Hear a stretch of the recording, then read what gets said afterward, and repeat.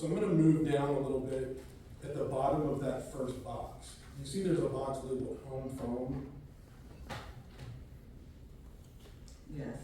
Could you read what that phone number is, please?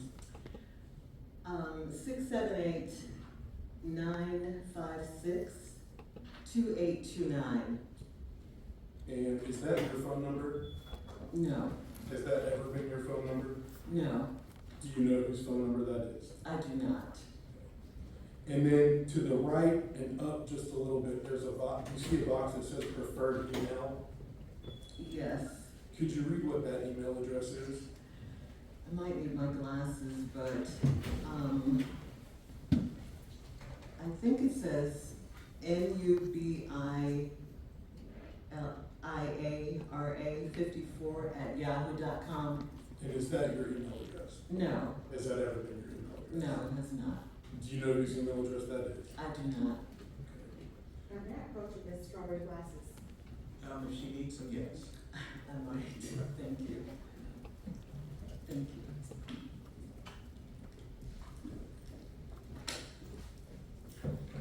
And so, just moving through the document, I'm gonna go down to the second bold box. Do you see what I'm talking about? Yes.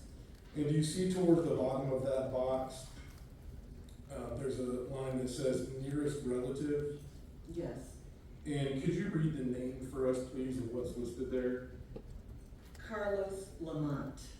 Do you have any relatives named Carlos Lamont? No. Do you know who Carlos Lamont is? No. Do you have any knowledge of Mr. Williams having an associate or a friend named Lamont? Yes.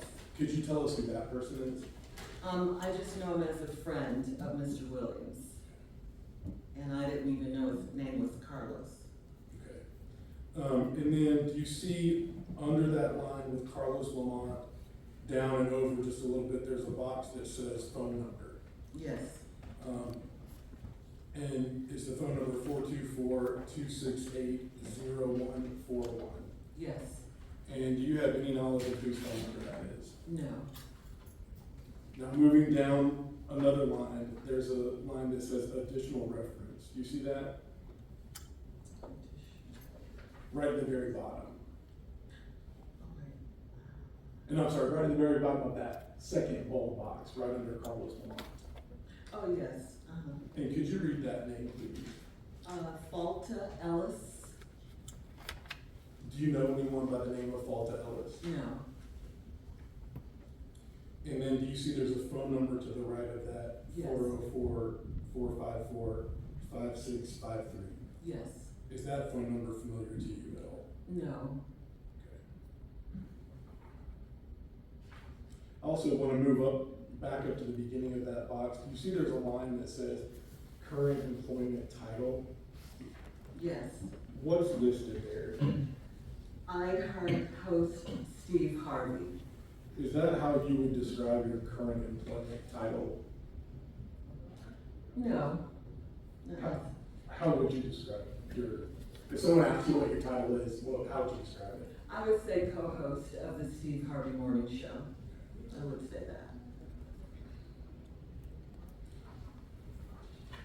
All right, I'm going to flip now to page 4 of the document. And you'll see at the top it says joint credit intention signature. Yes. Do you see about halfway down that document, there's a line that says credit application signature? Yes. And do you see under that line, there's a box that says your name, Shirley Strawberry? Yes. Do you see what appears to be a signature above that? Yes. Is that your signature? No. Did you authorize anybody to sign this document for you? No. And before this issue came up in court, did you have any knowledge that your signature had been used on this application? No. Now going down just a little bit, there's another line that says marketing consent. Do you see that? Yes. And do you see there's another, what appears to be signature in your name? Yes. And did you sign that? No. Did you authorize anyone to sign your name there? No.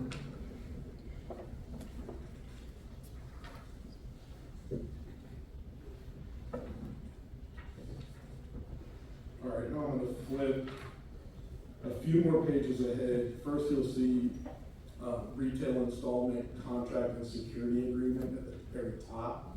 Let me know when you're on that page, please. Okay. Okay, now if you'll flip 2 more times from there.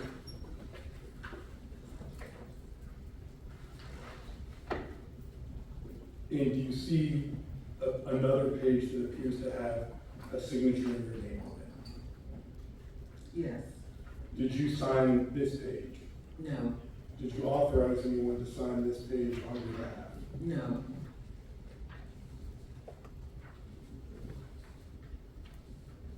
And could you flip to the very last page for me, please?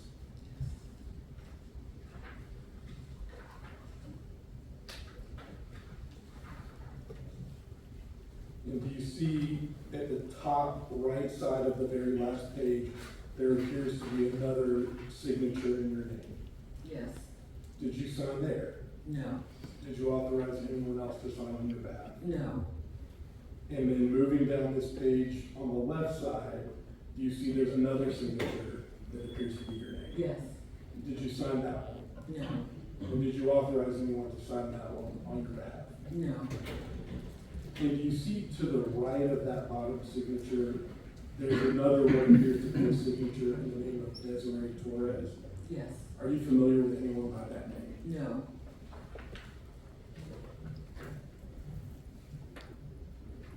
Now, Ms. Strawberry, you testified that today is the first time you're seeing this document. Yes. When did you first become aware of the existence of this F-350? Not your involvement in it, but just that the defendant had come to own this Ford F-350. That had to be, well, I'm not sure, but I'll say 2020 or 2019, somewhere around in there. 2019 or 2020 maybe. Do you have any reason to believe that you wouldn't have known about it pretty soon after he purchased the vehicle? No. And when do you remember him purchasing the vehicle? Yes.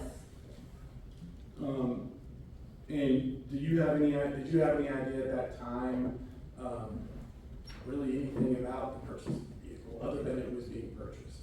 No. When did you become aware, or did you at some point prior to today become aware that the vehicle had been registered in your name? Well, it was after, I guess he had got put in jail and I had to start paying the payments. Then I realized it was in my name. I didn't know it was in my name. And so, when you refer to paying the payments, are you talking about just a monthly car note on the vehicle? Yes, the monthly car note, yes. About how much do you pay on that car note? $899 and some change, $899 and some change.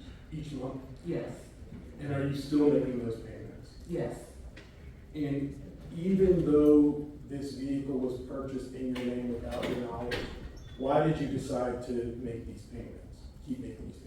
because it was in my name and I didn't want my credit to go bad or whatever, because it was in my name. I had to pay it.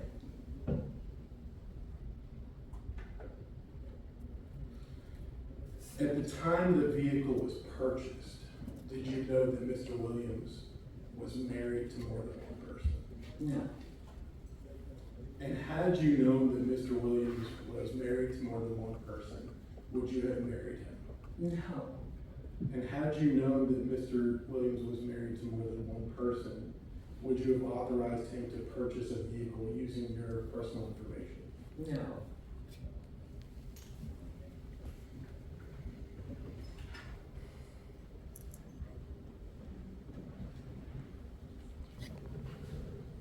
I have no further questions. Thank you, Ms. Strawberry. Yes, sir, thank you.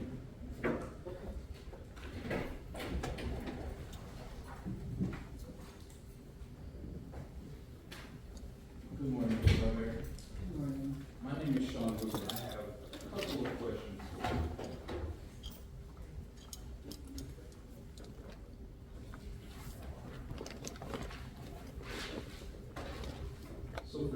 starters, it was your testimony just now that you started paying, or that you realized you started paying for the truck yourself once Mr. Williams was arrested. Is that true? I started paying for it, yes, once he was arrested, yes. So, just so we have a better idea of what you actually mean by that, did you apply like your bank account to the system so the money would come out of your bank account? No, Okay. Did you go to the place where the vehicle was purchased and say, hey, I'm gonna start taking over payments, here's all my information? no. Okay. So, between the first time it was purchased, up until, like you said, Mr. Williams got arrested, you started paying for it, did you change any of the account information so it was personally coming from you and not from Mr. Williams? Did I change any of the account information? Yes, ma'am. No. Okay.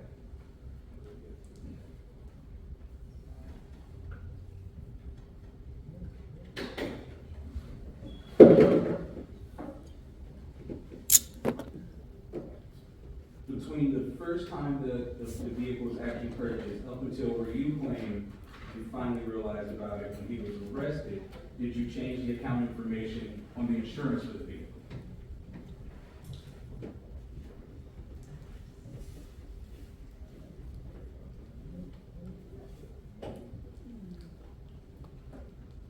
The insurance information, well, no, I didn't change the insurance information, I don't think. I'm having to think about this. But I did have to include it in my insurance so I could pay it. I hope that answered your question. It did. And just for clarification purposes, the account that the money was coming out of to purchase the vehicle never changed between the first day it was purchased up to where you claimed that you started paying for it yourself. That account never changed, correct? Well, I can't say that for sure. Well, I can't say that for sure. I started paying it out of my personal account, yes, and I never did that before. So is it your testimony? Well, let me ask you this. The account, the first account that was used, the first bank account that was used to open this vehicle, to purchase this vehicle, was that the personal account that you continued to make payments out of? I don't know anything about that, of the account that the payments were made from. All I know is I paid it out of my account once he was arrested. Yes, ma'am. And as you testified before, you didn't go to the company where he purchased the vehicle and said, hey, put this in my personal account so I can start paying for it. You didn't do that? No. Okay. And same for the insurance. You didn't go to the insurance company and say, hey, put this in my personal account so I can start paying for it. You didn't do that? No, they asked me to pay for it, the insurance company did. Yes, ma'am. Thank you. So, you testified that you continued to make payments on it because you didn't want it to affect your bank or your credit score, correct? Yes. So, at the point where you claim you realize that that the money's now coming out of your account, did you ever go to the company and say, hey, I want to return this vehicle, I didn't want to purchase this in the first place? Yes, I mean, I didn't go to the company because they were in, it's a company out of Los Angeles. But yeah, I didn't, of course, I didn't want to do that. I didn't know it was in my name, it was a surprise. Once I found out it was in my name, I had to pay for it, yes. Yes, ma'am. I understand that you said you started paying for it, but my specific question was, once you're saying that you found out it was in your name, did you ever go to that company where the vehicle was purchased and say, I do not want this vehicle, I did not purchase it? I didn't go to them, no, because they're in Los Angeles, but I did have phone conversations with them, yes. And you, well, without giving us hearsay, so you told them you did not want the vehicle anymore because you didn't pay for it? Maybe not in those exact words, but I did say, why am I responsible for paying for this car now? And when you were divorced, you didn't then say, Your Honor, this is my vehicle, I have nothing to do with it, get rid of it. You didn't tell the judge in your divorce hearing that, did you? No, that didn't come up. So can you explain to this court, what steps did you take to get this vehicle that you never knew anything about out of your name and off of your account? Well, I had a conversation with the finance company, Westlake Financial, I believe it is, and I told them the circumstances of, I didn't know this, truck was in my name, why do I still have to pay for it? And they said, because of that, it's in your name. And basically that was it. When did you have that conversation with Westlake Financial? It had to be, about 2022, I think, about 2022. So, and if I heard you correctly, you found out about the vehicle in 2019 or 2020, correct?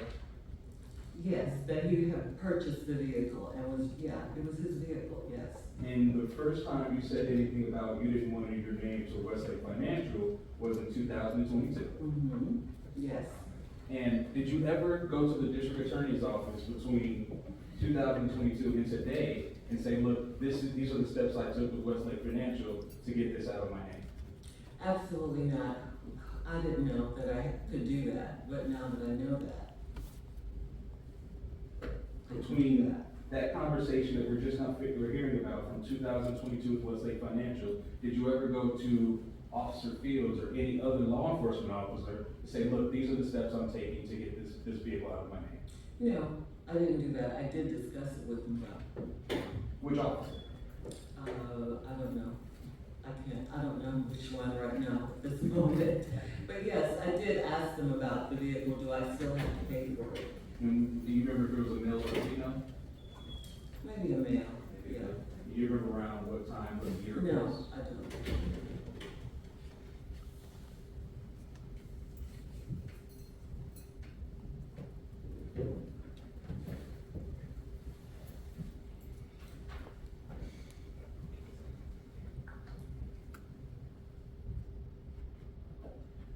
Ms. Strawberry, Yes.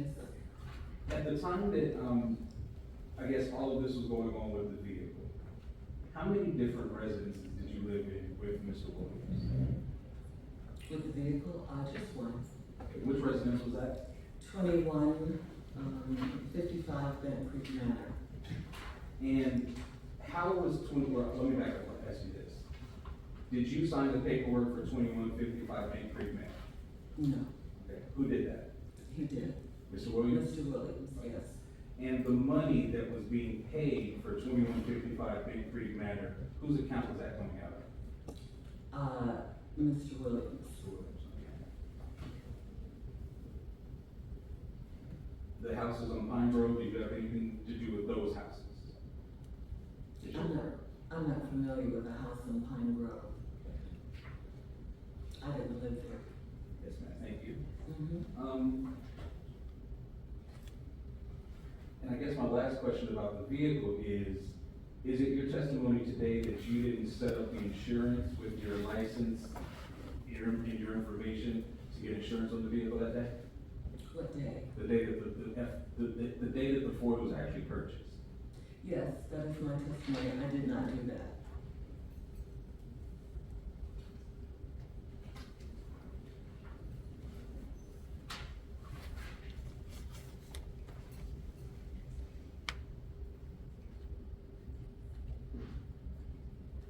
Now, correct me if I'm wrong, when you were speaking with the state just a while ago, you said that you realized later on that Mr. Williams was married to other people.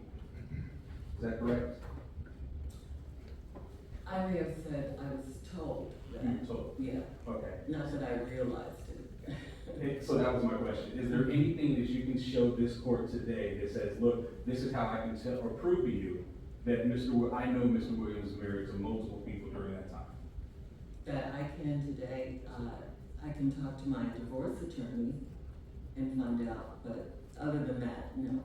Okay, and we're gonna talk about her in a second, but just so right now, your testimony is, there's nothing that you can show the court yourself to say, this is how I personally know Mr. Williams was married to multiple people.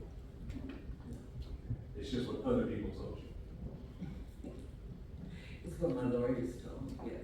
Now, your divorce attorney, when you were in the hearing to finalize everything, you didn't get an annulment, did you?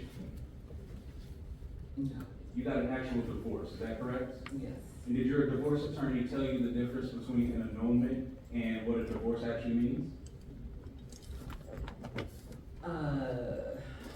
No, did my divorce attorney tell me that? Yes, ma'am. So, the person who represented you in your divorce that also told you Mr. Williams is married to multiple people, did explain to you the difference between an annulment and an No, actual Judge, divorce? because this is getting into privilege, attorney-client privilege. Well, it's not, I'm sorry. Okay. Mr. Cooper? Well, it's not when we're specifically addressing this bigamy issue, and the state brought it up. Now we know the only information that this witness knows about this is from her attorney. So I can ask this specific question. We're not going into major detail. It's a specific question based off the information that she's already provided, that the state literally walked in. Well, and I think you asked it and she's answered it, that she got the information from her lawyer. So if there's another question, I'll sustain and ask and answer the objection, and you may ask another question. Thank you. I have that answer, so no further questions right now. Thank you. No redirect, Judge, may she be excused? I want to make sure I understand, so before she steps down and the witness can testify versus the lawyer's testifying, Ms. Strawberry, the truck that you've been questioned about, is that truck currently registered in your name? Yes, yes, Your Honor. When did it get registered in your name? Register in my name? Yes. I mean, you know what, let me say this. The truck, I haven't driven it for years, or I don't drive it, but I don't know when it was registered in my name. I don't know, I assume that when it was purchased. I just don't know that Okay. answer, I'm sorry. Okay, all right, but you currently, you now know that the registration is in your name, Yes. but you don't know when it was first registered in your name? No, I do not. All right, okay, that's what I had. Anything else from the state? Mayor, I actually would ask, just a couple more questions. Ms. Strawberry, when you were divorced, was there a trial, like where witnesses came and testified? No, And did Mr. Williams contest the divorce, or was it uncontested? it was uncontested. I have no further questions. For the defense attorney. No question, Your Honor. All right, may the witness step down and be excused. Yes, Judge. Thank you for coming. Thank you. You want your exhibit?